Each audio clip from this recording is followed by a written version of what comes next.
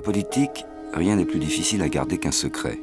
On l'a à peine confié à quelqu'un en lui disant de ne rien répéter qu'il court déjà Paris. Or le secret, c'est l'atout clé en politique. Voilà pourquoi j'ai toujours pris mes aises avec la vérité. François Mitterrand.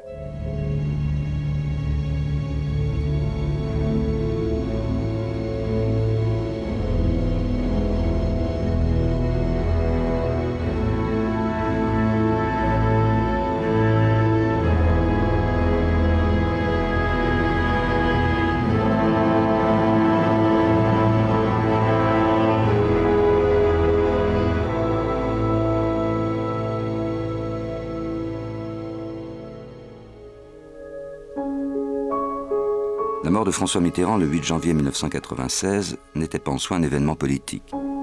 Depuis son départ de l'Élysée, son rôle était terminé. Il ne lui restait plus, selon sa propre expression, qu'à mener un combat honorable contre la maladie qui le minait depuis 1981. Mettant en scène sa propre sortie, avec à l'appui une confession à la télévision et une remise en ordre de son passé par publication interposée, François Mitterrand avait été le scénariste de sa postérité, ou comment y entrer de son vivant. Le compte à rebours des étapes successives fut parfait. Mise en ordre public de sa vie privée et révélation de l'existence de Mazarine, réécriture de sa trajectoire historique à Vichy, cérémonie des adieux politiques, organisation des funérailles, choix du moment de sa mort et arrêt du traitement médical. Tout cela allait permettre à François Mitterrand, metteur en scène méticuleux de son existence et de sa carrière, de réussir sa mort, comme jamais sans doute il n'avait réussi sa vie. Mais la construction cérémonielle voulue par l'ancien président allait faire long feu.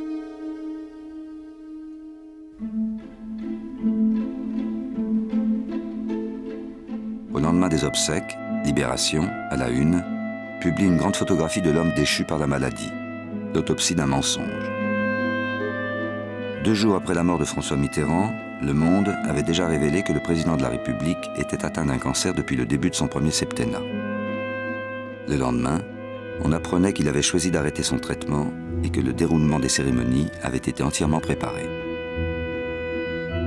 La majorité des articles subit dans les journaux un rapide glissement. Ces révélations successives, ce déplacement de l'événement, affectent fortement le ton des articles jusqu'à l'imagerie. Aux icônes des premiers jours, celle du Mitterrand conquérant ou gouvernant, empruntée au passé de l'action politique, se substituent les images les plus crues de l'homme malade. Mais c'est le 17 que la bombe déposée par le docteur Gubler, avec la publication de son livre Le Grand Secret, révèle que le cancer de François Mitterrand a été considéré de 1981 à 1992 comme un secret d'État, et qu'à partir de novembre 1994, le président n'était plus en mesure d'exercer ses fonctions.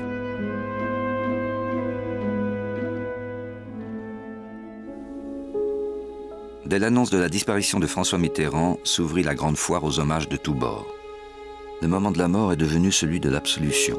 Comme au théâtre, quand le rideau tombe et qu'il faut bien se résoudre à mettre fin à l'illusion, on voit les bons et les méchants, les amis et les ennemis, main dans la main, enfin réconciliés, venir saluer le public sous les ovations. Souvent ils se dépouillent sous nos yeux de leurs masques. Soulagement, tout cela n'était qu'un conte destiné à nous distraire. Cet homme que nous n'avons cessé de combattre, nous pouvons bien vous le révéler maintenant, nous n'avons cessé de l'admirer en secret. Mieux que cela, de l'aimer. On a bien vu Le Figaro paru plus endeuillé que l'humanité, et le message de Chirac plus chaleureux que celui de Jospin. L'allocution du président de la République, empreinte de respect pour l'homme d'État et d'admiration pour l'homme privé, qu'aucune réserve ne venait tempérer, donna d'emblée à l'événement un caractère de célébration nationale en des termes surprenants. Ma situation est singulière, car j'ai été l'adversaire du président François Mitterrand. Mais j'ai été aussi son Premier ministre. Et je suis aujourd'hui son successeur.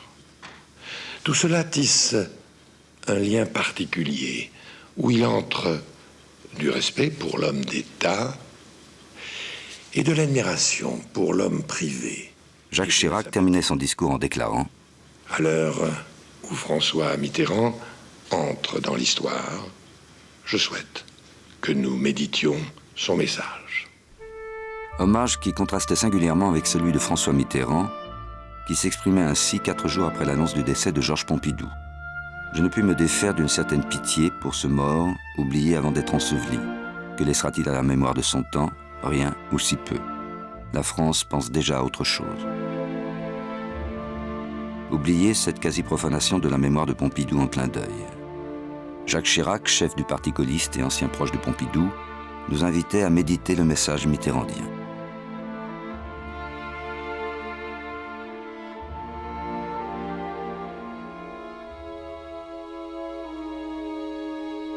À 18 ans, François Mitterrand s'était amusé à se soumettre au questionnaire de Proust. À la question « Ce que vous voudriez être », il répondait déjà « Tout ou rien ».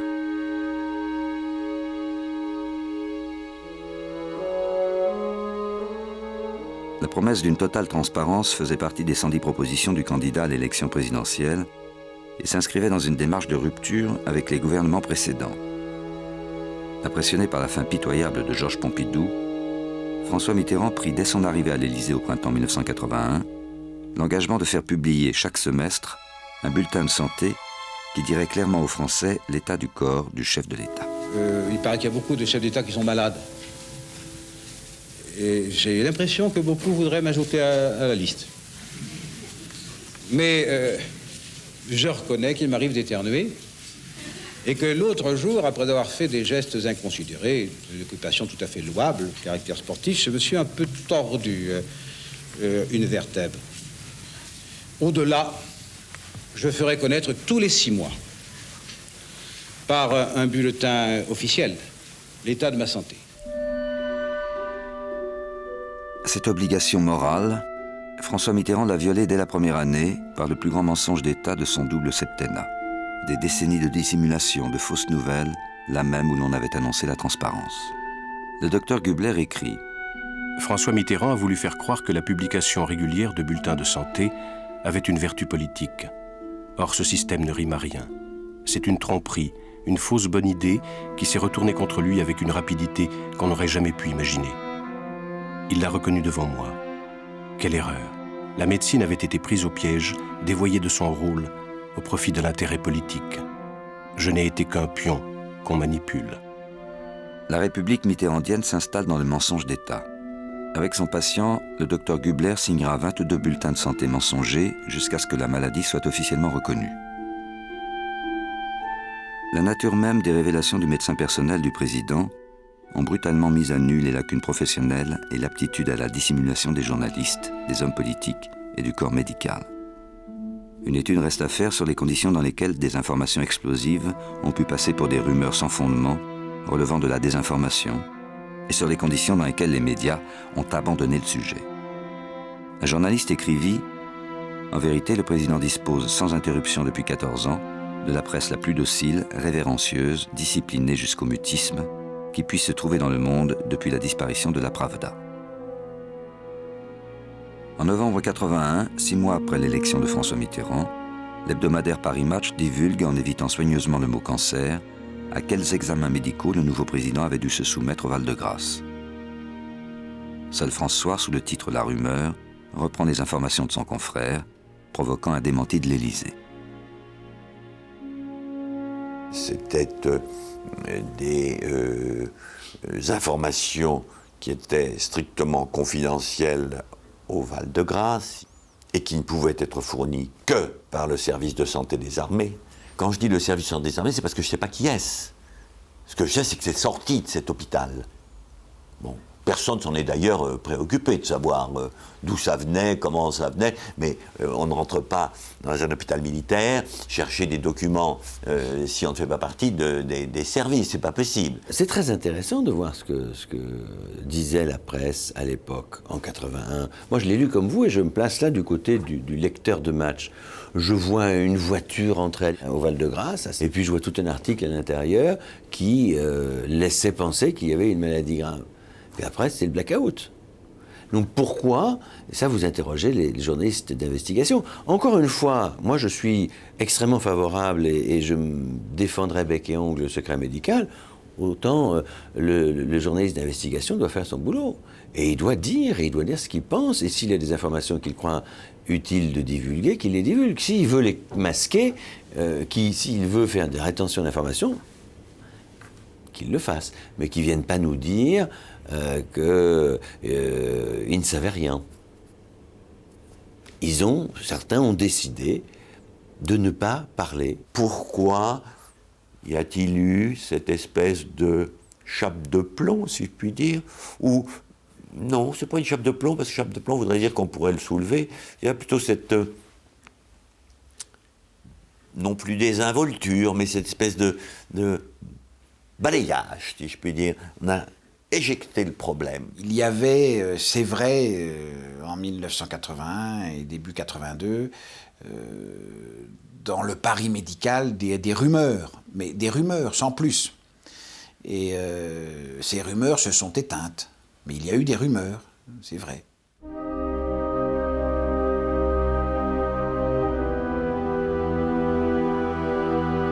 Dès le lendemain de la visite au Val-de-Grâce, les résultats des examens, cancer disséminé, sont remis au docteur Gubler. Le président les réclame, mais je n'ose pas les sortir de ma poche. Ce n'est pas facile d'avoir à dire certaines choses au chef de l'État. Je lui fais comprendre qu'il a un cancer, mais le mot n'est pas prononcé. Je lui propose une liste de grands patrons en urologie et, après hésitation, il a arrêté son choix sur le professeur Steg. Je vais voir Steg à Cochin et après lui avoir demandé la plus grande discrétion, je lui décris la situation. Rendez-vous est pris à l'Élysée. Nous arrivons à 20h. François Mitterrand nous reçoit dans ses appartements privés. Nous allons dans la salle de bain. Steg l'examine, puis, pendant que le président se rhabille, il fait une grimace et me confie à mi-voix: tout est normal, mais il n'y a aucun doute, les localisations osseuses sont d'origine prostatique. Que lui dire? Nous nous interrogeons. J'ai les mains moites, la gorge nouée par une émotion grandissante. Blême, nous rejoignons le président dans la salle de bain. Il est assis sur une chaise près de la porte qui mène à sa chambre, tassé sur lui-même. Steg lui dit: « Mon devoir est de ne pas vous cacher la vérité. Vous avez un cancer de la prostate qui est diffusé dans vos os, et cette diffusion est importante. » Le président murmure: « Je suis foutu. » Steg lui répond: « On ne peut pas dire ça, voyons. On ne peut jamais dire qu'on est foutu. » Le président l'interrompt: « Arrêtez vos salades, je suis foutu. » La scène est extrêmement dure, pénible. Le visage du président est devenu gris. Il baisse la tête et ne dit plus rien. L'évocation du mot cancer que nous venons de lui jeter le conduit-il à ce constat cruel? Je viens d'être élu et je vais mourir. Enfin, toujours silencieux, il se lève de sa chaise et nous raccompagne. Comme deux fantômes, Steg et moi tournons en rond sur les pavés dans l'obscurité. Je pose à Steg la question qui m'obsède. Combien de temps? Si on ne parvient pas à enrayer, quelques mois. De toute façon, murmure Steg, la moyenne de survie, c'est 3 ans, sauf cas rarissime.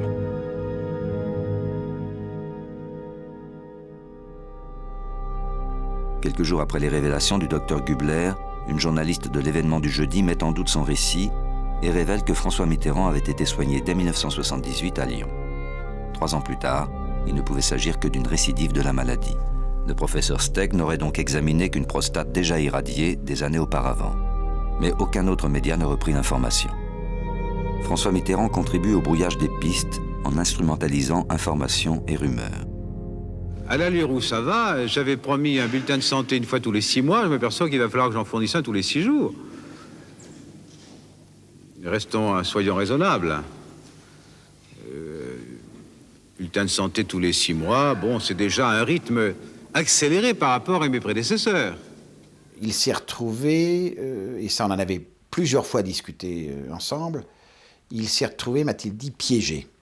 Piégé parce que on peut avoir tous les soupçons du monde, tous les ragots du monde, tant que ce n'est pas dit, on est dans le bruit de couloir. Des questions ont pu se poser sur ces bulletins, questions qui étaient: fallait-il arrêter de les faire? Fallait-il... Ces questions ont été résolues par lui-même en disant: jusqu'au bout, ça sera fait.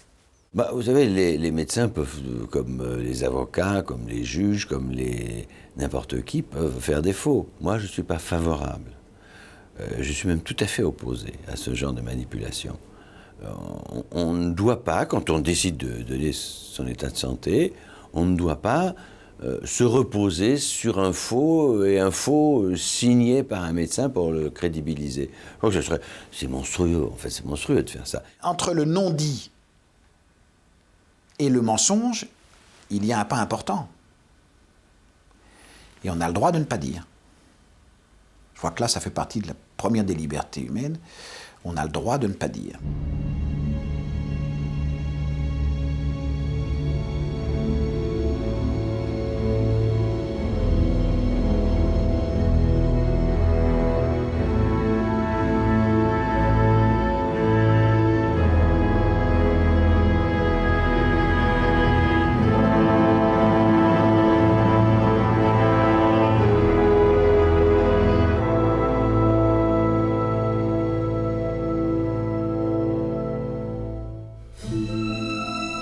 Au fur et à mesure que le torrent de l'éloge gonflait, il devenait de plus en plus clair que l'hommage ne s'adressait pas à une politique, mais à une personne. Ce qu'approuvent les Français, ce sont les images de la vie privée, la présence de Mazarine et de sa mère aux obsèques, aux côtés de l'épouse légitime, le roman familial. L'hebdomadaire VSD en donne une illustration. Il titre « Sans lui », non sur un bilan politique. Ce n'est pas le bilan politique de son double septennat qui est approuvé, c'est le Mitterrand dont l'intimité est tombée dans le domaine public qui déclenche la vague de sympathie.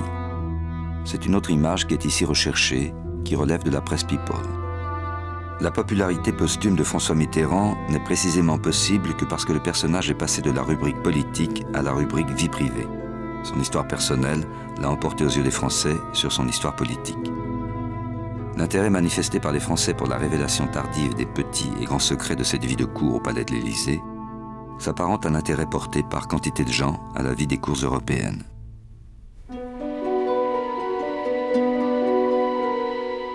De longue date déjà, on avait pris l'habitude de le désigner comme le roi.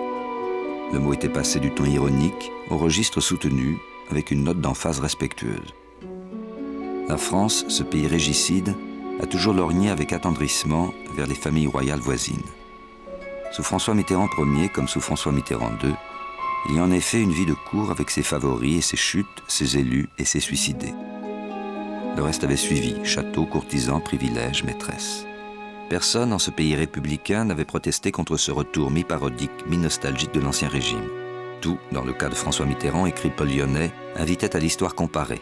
La façon dont Mazarine avait été publiquement exhibée et l'importance qu'elle avait soudain prise, y compris dans la succession testamentaire, n'était pas sans évoquer les faveurs dont le vieux roi Louis XIV, notamment, avait fait bénéficier ses bâtards. Ernest Lavis note dans son Histoire de France « Louis XIV peut attendre des enfants de mères différentes, entremêler les naissances, fonder 3 familles, les faire vivre ensemble publiquement. » La reine, qui fut mise par lui à un dur régime, se fâcha plus d'une fois, fit des scènes de ménage, pleura, mais s'accoutuma. Il fallut bien qu'elle tolérât le voisinage des maîtresses et qu'elle reconnût leurs enfants pour des princes enfants du roi, après qu'ils lui avaient été présentés comme tels. C'était un rare désordre à mener tout autre que lui aux galères en cette vie et en enfer par-delà. Ce qui se joue au palais de l'Élysée, c'est un vaudeville républicain, avec ses histoires parallèles et ses acteurs qui ne doivent jamais se rencontrer ensemble sous peine de confusion et de cris. Comme dans les pièces du boulevard le plus bourgeois, il se termine par un happy end et une réconciliation générale, mais sur un cercueil.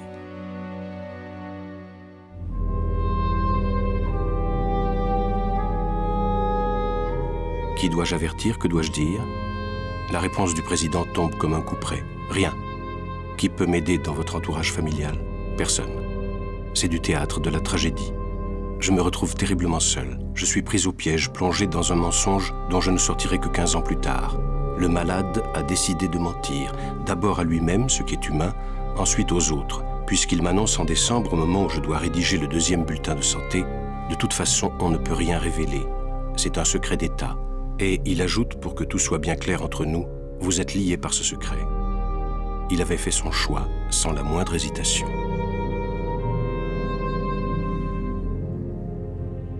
Officiellement, François Mitterrand ne souffre que de rhumatisme et le docteur Gubler ne le soigne que pour cela. Le médecin se retrouve donc seul avec son mensonge et François Mitterrand avec son cancer. Mentir est un art que Mitterrand, on l'a vu, pratique volontiers. Il est normal que la presse s'intéresse à la santé du président de la République. À partir d'un certain moment, les choses durant, il n'était plus possible de s'en tenir à la seule explication d'un lumbago. J'ai donc fait procéder aux analyses, aux examens, avec toutes les règles de l'art médical, afin que toutes les hypothèses soient recouvertes, y compris les hypothèses qui auraient pu se conclure par un verdict. Mais Gubler est aussi un virtuose en la matière, un croisé du mensonge d'État. Dans un entretien au quotidien de Paris fin 81, il explique ainsi les problèmes physiques du chef de l'État. Une gêne liée peut-être à la reprise du sport un peu rapide. Un traitement médical approprié permet une guérison très rapide des symptômes et je crois que vous en avez vu les résultats puisque le président de la République marche très très bien et qu'il peut tenir des heures debout. J'ai dû donner un certain nombre d'informations nuancées, même quelquefois plus que nuancé sur les points qui m'étaient soulevés par les journalistes. Avec son patient, le docteur Gubler abusera désormais le pays. Au terme des 6 premiers mois, écrit-il dans le communiqué qu'il signe après la découverte de la maladie, le président de la République présente un état de santé tout à fait satisfaisant dans tous les domaines. Il a été pratiqué tout un bilan pour ne laisser aucune zone d'ombre. Le président le souhaitait, ça a été fait, et les conclusions sont parfaitement satisfaisantes. Il ne m'est jamais arrivé, depuis que j'ai l'âge adulte, d'avoir affaire, pour des choses sérieuses, à la médecine. Ni pour des problèmes cardiaques, ni pour des problèmes de maladies malignes, je veux dire pour des cancers. La classe politique, tout le monde s'en est l'a accepté, a accepté ces démentis. Pourquoi? C'est une question qu'on peut se poser. Pourquoi cette connivence, si je puis dire, ou connivence, pourquoi cette acceptation? Pourquoi personne n'a fouillé, fouiné, etc. En 1992, Jacques Attali soumet au président les épreuves de verbatim, chronique de l'Élysée au quotidien. Claude Gubler écrira: Le président a bel et bien censuré son conseiller spécial. Dans le manuscrit de verbatim, Jacques Attali avait écrit « Le président me dit qu'il a un cancer et qu'il est condamné ». Quelques jours plus tard, Attali écrivait encore « Le président me dit « Les médecins sont des imbéciles, ils se sont trompés, je n'ai pas de cancer ». Or, les 2 citations n'ont pas été publiées. Le président les avait fait disparaître. Il y avait le président Führer, là c'est un petit peu petite. Ça c'était les modalités, mais toujours faire mieux. D'accord, on va changer de... Mais vous vous souvenez de cette histoire? Je me souviens très bien. Mais la Führer, c'est de trop, quoi. D'accord. Je ne l'approuve pas, c'est tout. Le président a clairement tranché en fait. Oui, d'accord. D'accord. Je vais nuancer. Un bémol sur toutes ces choses. D'accord. Vous me prendre pour un dangereux maniaque. Hein? Comment est-ce qu'on dit maniaco-dépressif? Hein? Maniaco-obsessionnel. 489. Deuxième, troisième paragraphe. Je avec le Premier ministre. Le président lui a demandé de supprimer certains paragraphes qui n'avaient pas d'importance à ses yeux.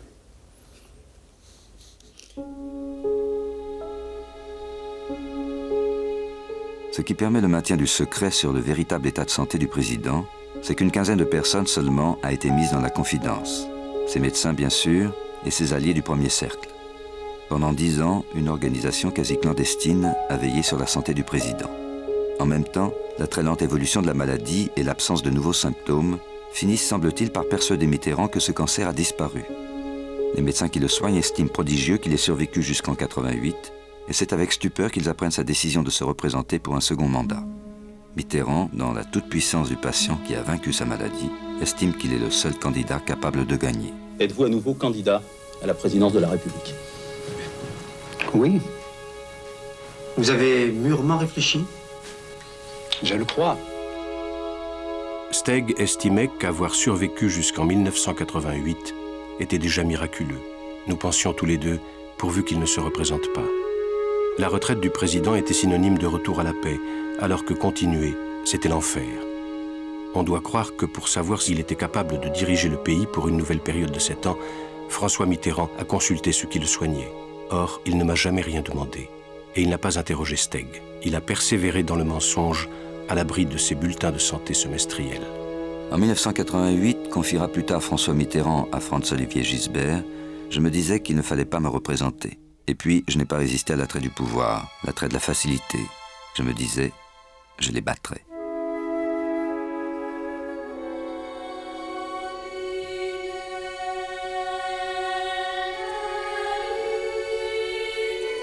En 1995, François Mitterrand avait fait l'acquisition pour la somme symbolique d'1 franc d'une parcelle au sommet du mont Beuvray, prise sur le domaine public.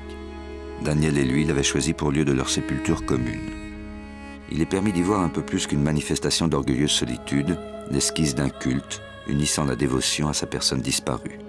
Certes, fidèle à ses habitudes d'ambiguïté, François Mitterrand n'entendait rien instituer de précis, mais seulement suggérer. Un culte est possible, eût-il dit volontiers. L'annonce des doubles funérailles à Notre-Dame et à Jarnac eut un parfum de retour à la normale, induit en quelque sorte par la mention elliptique laissée par le défunt, une messe est possible. Tout le mystère des funérailles de François Mitterrand, cet abandon final au pouvoir de l'Église, tient dans cette formule, une messe est possible. Car le défunt, en entretenant sa propre énigme, est inclassable. Il faut se souvenir que la cérémonie à Notre-Dame a commencé au moment précis où le fourgon mortuaire arrivait à Jarnac. Au lieu d'une messe possible, nous eûmes deux messes réelles.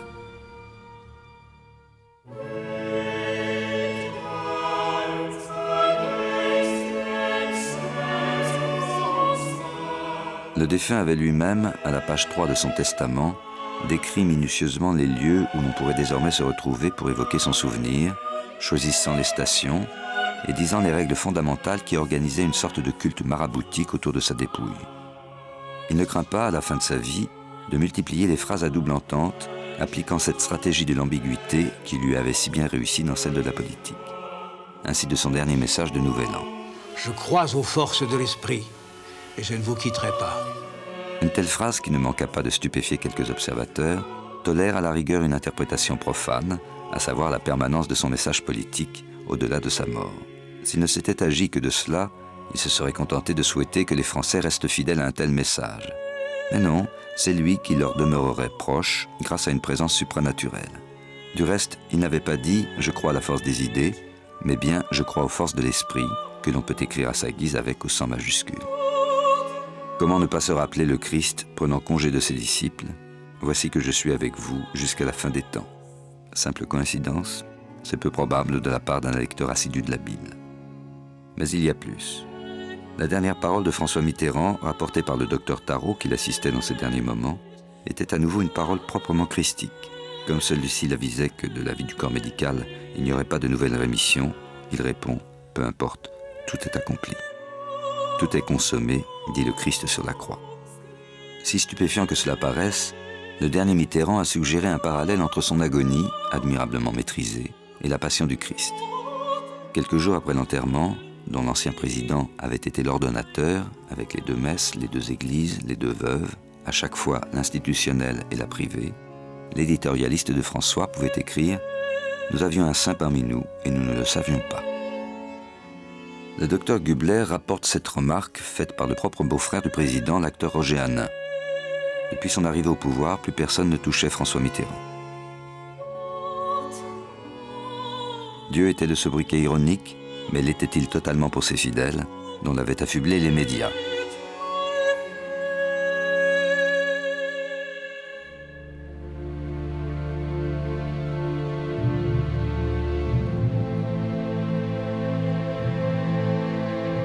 La célébration authentiquement religieuse des obsèques de François Mitterrand avait eu lieu la veille à la Bastille. Les quelques 30 000 personnes qui se réunirent le 10 janvier 1996 entre 18 et 21 heures pour chanter le temps des cerises et célébrer le vainqueur du 10 mai 1981 ne constituaient pas la foule des grands jours, celle des funérailles de Victor Hugo ou du général de Gaulle. Ce n'est pas l'océan qui déferle comme en mai 1981, juste un flux silencieux. Pour 30 francs, on peut acheter une rose rouge, pour 10 francs, un petit lumignon. Ces bougies malingres s'agglutinent au pied de la tribune. La France a franchi le chemin qui sépare les ténèbres de la lumière, déclarait Jack Lang au soir du 10 mai 81, place de la Bastille. Ce soir, il distribue les mots historiques. S'il pouvait nous parler, François Mitterrand nous dirait « Oui, pleurer, c'est normal en ce genre de circonstances, mais remettez-vous au travail avec enthousiasme et volonté. »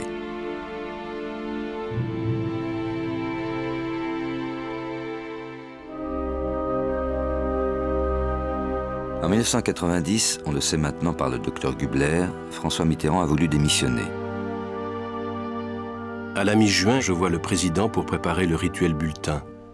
À mon grand étonnement, il suggère de dévoiler une partie de la vérité et m'annonce « Il se peut qu'au mois d'août, je décide de partir. Dans cette hypothèse, il faut que vous prépariez le terrain à propos de ma santé. » Les bras m'en tombent. Je propose au président un texte dans lequel j'insiste sur un état de santé clinique et quelques examens biologiques, histoire d'attirer l'attention des médias.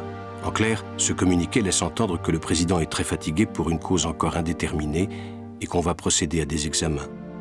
Cette nouveauté ne devrait pas manquer d'alerter l'opinion et créer ainsi une interrogation qui recevrait sa réponse, soit avec la révélation du cancer et sa conséquence, la démission, soit que tout est normal et qu'il ne s'est agi que d'une fausse alerte. Ainsi, les choses seront plus claires, m'avait-il dit. Je remets le communiqué au porte-parole de l'Élysée, Hubert Védrine, qui, après l'avoir lu, se précipite chez Jean-Louis Bianco, secrétaire de la présidence, lequel appelle Michel Charasse pour qu'il vienne les rejoindre. Ils sont affolés. Ce n'est pas possible de publier cela, c'est une bombe. Le président me relance, il est mécontent. Je suis bien obligé de lui avouer que ses conseillers ne veulent absolument pas que ce communiqué sorte. Il hurle, c'est moi qui commande. Charasse semble le plus au courant de la situation. C'est une merde épouvantable. Je vais essayer de rattraper le coup.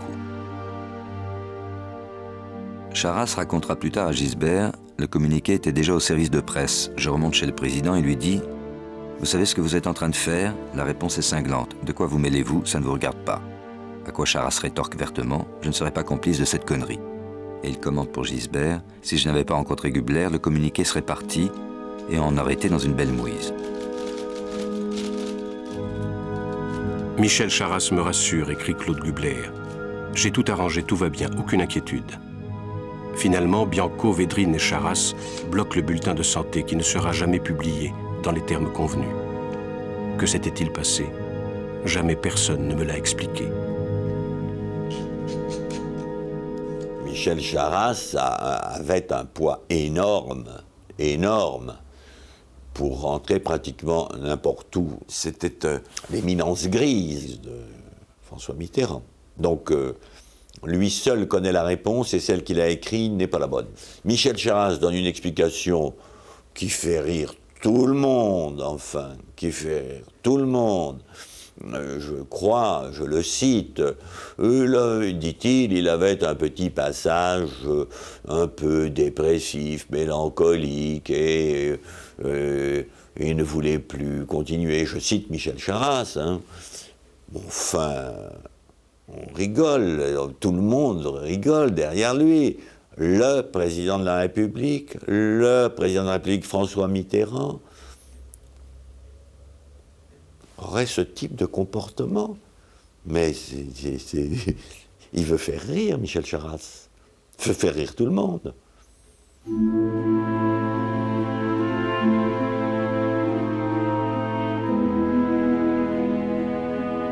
La mort de François Mitterrand, c'est le terme du roman de sa vie.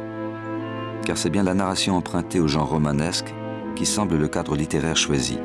La parole de François Mitterrand est un des ressorts essentiels de ce processus d'écriture qui crée un personnage. Le président s'exprime, ceux qui l'entourent notent ou retiennent ses paroles. Paroles rapportées, ce que le président m'a dit, paroles intimistes livrées sur le ton de la confidence. Mitterrand bâtit ainsi un système fondé sur la croyance. Endossant le rôle du Pygmalion, il élit son journaliste hors de la sphère des intimes et des amis politiques et choisit d'admettre Laure Adler, Franz-Olivier Gisbert ou Georges-Marc Benamou dans les différents cercles de son existence. Ces journalistes, qui ne cachent pas leur ambition littéraire, confessent tous une relation de fascination envers le héros de leur récit. François Mitterrand participe à la création d'un genre nouveau, fondé sur l'exhibition et la représentation de l'intimité. Ces récits nous placent ainsi d'emblée dans la dimension d'une fiction construite, mettent en scène paroles mitterrandiennes sur la fin annoncée et récits des autres sur la maladie, suscitant une véritable mise en abîme de la mort de Mitterrand.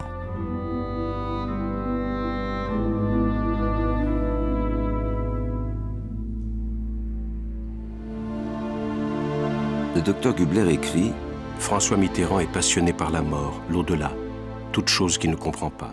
Ce problème le dépasse. Voit-on la mort arriver ?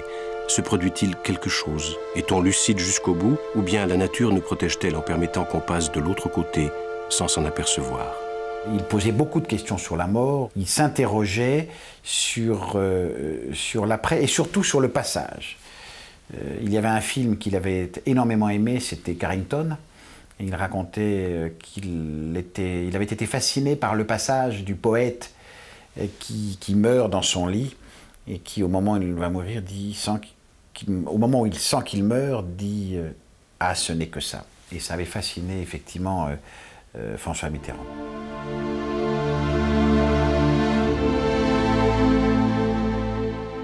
François Mitterrand n'a cessé de visiter les cimetières, soit pour se recueillir sur la tombe d'un ami, soit plus simplement pour s'imprégner de l'esprit du lieu.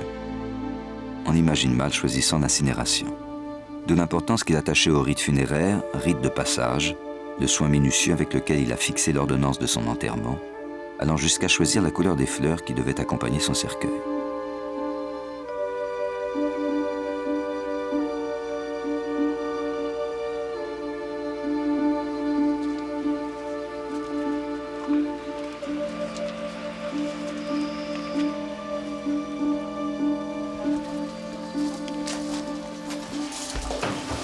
C'est là que sont morts mon grand-père, ma grand-mère, c'était leur chambre. Ça, c'était une salle à manger. C'est là qu'est morte ma mère, ici. Ma mère est morte, elle est maladie de cœur. C'était dans la salle à manger à faire.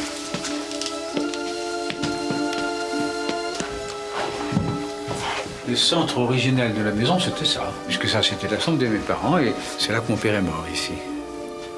Comme ma mère, ils sont restés très longtemps malades avant de mourir.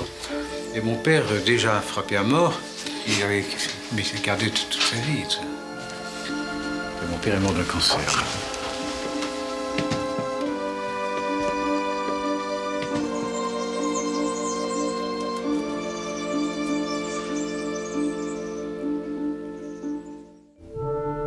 Le président va opposer à la maladie une tenace fin de non-recevoir.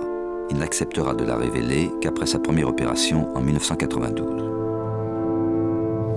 Je ne pouvais pas être assez ignorant pour ne pas savoir que dans ce genre de maladie, ça arrivait une fois sur deux. En fait, peut-être pas une fois sur deux, mais très souvent. Et vous êtes en forme? Vous sentez bien? Ce sera à vous d'apprécier. Ce sont des lésions cancéreuses? Ah oui, indiscutablement.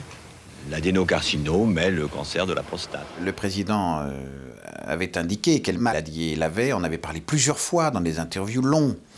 Nous n'étions plus dans une situation, je dirais, effectivement, du malade tout à fait privé, de la personne privée, malade qui se confie à un médecin, et ce médecin ayant une obligation du secret professionnel le plus absolu. Nous étions dans une donne différente. Et là, c'est vrai que M. Mitterrand avait joué probablement un peu sur les deux tableaux, en homme public et en homme privé. Si je pouvais vous dire juste un petit mot, c'est pour les médecins, nous avons aussi une déontologie. Je crois qu'il faut savoir la respecter un peu. C'est très difficile pour nous, je sais que c'est le chef de l'État, mais un médecin avant tout est lié par le secret médical, vous le savez, et ça nous rend cette position intenable quelquefois. Dans ce cas-là, on n'a plus affaire forcément à la règle, je dirais, du secret professionnel absolu, puisqu'on n'a plus affaire à une personne complètement privée. Entre 1992 et 1996, pas moins de 7 médecins se pressent autour de François Mitterrand, parfois simultanément. Commencent autour de lui le ballet des médecins et la sarabande des médecines, lutte, feutrée ou directe, entre traitement de pointe et recettes de bonne femme. François Mitterrand est un homme rationnel en politique qui, face à sa maladie, fait appel à la médecine de brousse et cherche des sorciers. C'est dans l'univers des médecines de cour et des médecines de potentat que nous sommes tout à coup replongés. Je savais qu'il y avait plusieurs médecins qui étaient à son côté, qu'il y avait aussi une succession de médecins, des médecins français, des médecins étrangers. Et je lui avais dit, lorsque je l'avais pris en charge, je lui avais répété qu'on ne pouvait pas réellement faire au mieux si le malade lui-même jouait de différentes stratégies. Et je lui avais dit sur le ton de l'humour, c'est peut-être comme ça que l'on peut faire dans certains cas en politique, mais en médecine, ça ne marche pas. Le président, écrit Claude Gubler, utilisait les individus les uns après les autres. À l'automne 1994, l'entourage médical de François Mitterrand s'entre-déchire. Il y a une absence totale de cohérence et de déontologie. C'est chacun pour soi. Le président affectionne ce genre de situation. Chaque jour ou presque, un nouveau conflit éclate. Le ton devient insupportable. Dans une lettre qu'il envoie à son confrère, un des médecins écrit « Consterné par ce qui se passe, il ne m'est plus possible de cautionner par ma présence votre dérive thérapeutique. Prenez garde à ce qu'elle ne soit pas très vite assimilée à de la non-assistance à personne en danger. » On est en plein délire. Du matériel médical entre secrètement à l'Élysée. Les appareils qui repartent quelques heures plus tard dans une voiture banalisée sont cachés sous des couvertures. Nous nous étions retrouvés avec plusieurs de ces médecins chez lui-même. Il voulait nous voir et nous avions discuté des différentes options, ce qui se fait souvent. Et l'un d'entre nous avait une option assez radicale et, avec laquelle je n'étais pas tout à fait d'accord, et je l'avais traité gentiment de stalinien. Je lui ai dit, vous êtes stalinien. Je ne me suis jamais opposé, jamais. J'ai pu me retirer, mais je ne me suis jamais opposé à ce que un patient voit, parce qu'il le veut, un marabout, un mage, fasse appel à des médecines autres que la médecine allopathique. Je peux me retirer en disant je ne cautionne pas ce type mais je respecte l'acte fait. Et je n'ai pas été vexé, personne d'entre nous n'a été vexé, de se dire qu'un malade aille voir un autre médecin, puis un autre médecin, et puis quelquefois des charlatans, des rebouteux, des kinésies, tout ce que vous voulez, pour essayer de lire dans les astres quelquefois quel sera son avenir, pour essayer de se raccrocher. Nous n'avons aucune propriété des malades. Les malades sont libres de choisir le médecin qu'ils veulent, et s'ils en veulent plusieurs, ils peuvent le faire.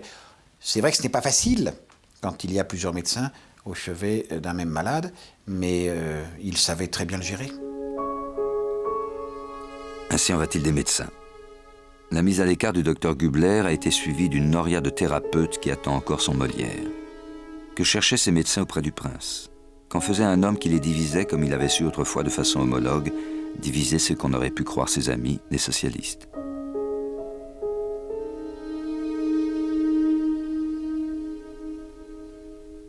Vous savez, je ne suis pas invalide. Qu'est-ce que j'ai devant moi? J'ai à accomplir ma tâche. La tâche pour laquelle les Français m'ont élu. 10 mois. C'est à ma portée. Et même davantage, je l'espère. Bon, ensuite, j'aurai des préoccupations de caractère privé. L'essentiel, c'est que je puisse parvenir au terme de mon mandat. Et la question ne semble pas posée.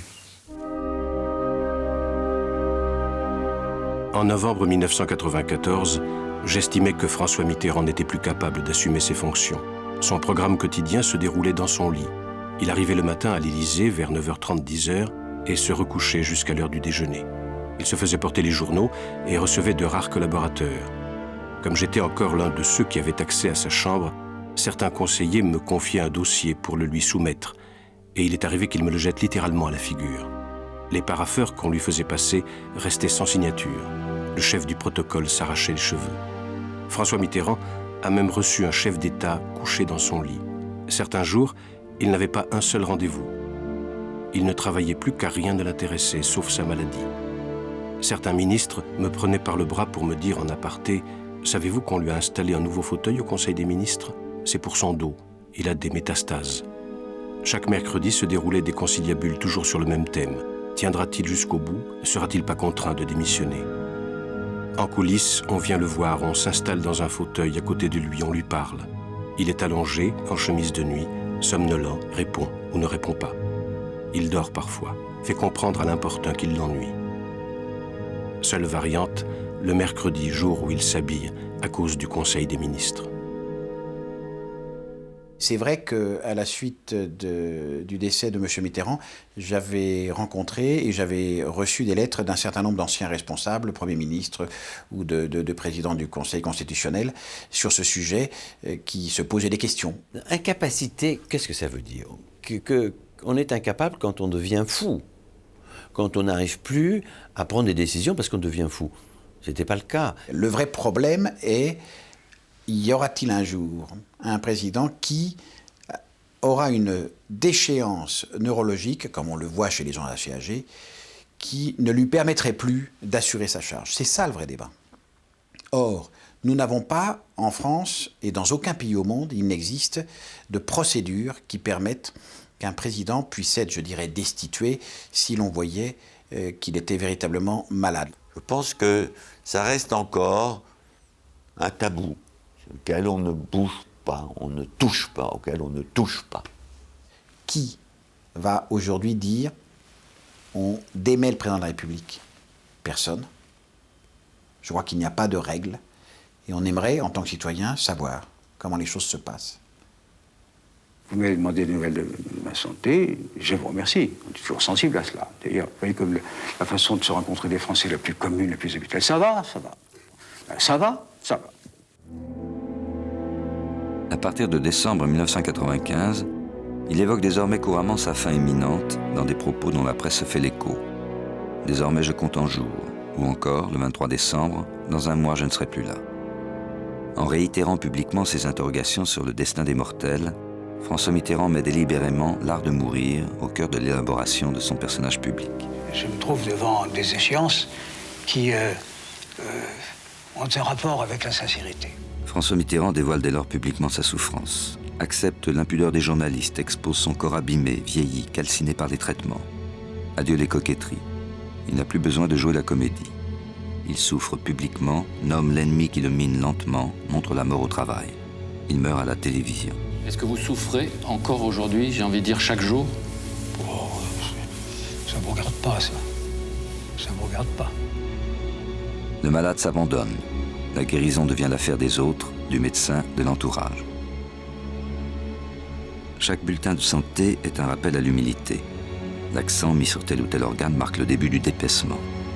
Brusquement, ses organes les plus intimes sont objets d'informations et de commentaires. Le voilà, ce puissant, soumis aux caprices de son cœur, de son intestin ou de sa vessie, sous le regard de la foule. C'est ainsi que meurt François Mitterrand, non en roi médiéval, mais en souverain, avec l'exposition de son corps qui se dégrade et de sa souffrance qui s'avoue. Son agonie au ralenti a quelque chose d'imparable.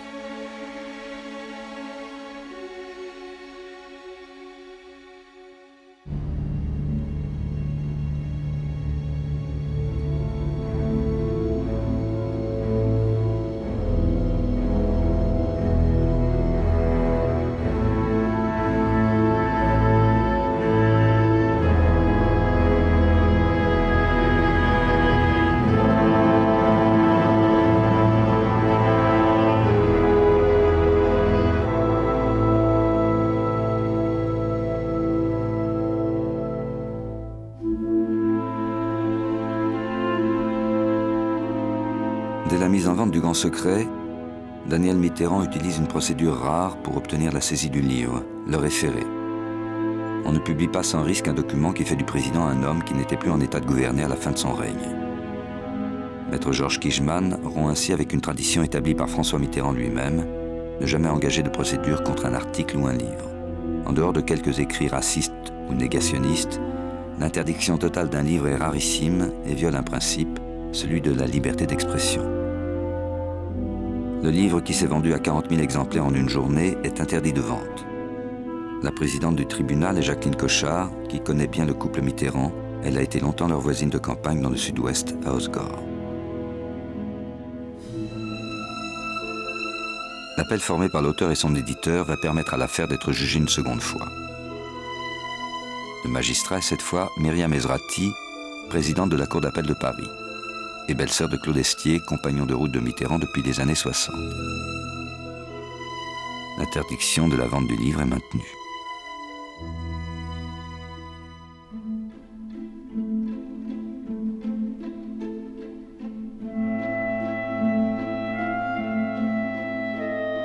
Que reste-t-il de François Mitterrand? La parcelle du Mont-Beuvray a été rendue au parc régional du Morvan et l'appartement de l'avenue Leplay restitué à l'État. 13 000 cartons s'alignent aux archives nationales sur 1,5 km de rayonnage. Sans doute une poignée de secrets d'État dorment-ils dans ces dossiers muets. Mais l'essentiel est ailleurs, dans quelques mémoires muselées. Mitterrand est mort, mais ceux qui savent ne parlent pas. Car François Mitterrand a écrit chaque ligne du scénario des derniers mois, donnant à chacun une fonction, un cahier des charges, un morceau de testament. Ils vont se disputer des morceaux de la vraie croix, promettait un ancien collaborateur de François Mitterrand. Mazarine, qui avait été désigné dans le testament pour veiller sur les droits moraux de toute son œuvre, écrite ou audiovisuelle, film, cassette vidéo, mais aussi sur son image, devint la gardienne officielle de la mémoire de son père. Parlant du modèle de vie de François Mitterrand, elle assurait « L'étude de sa vie peut être un instrument de liberté pour les hommes ».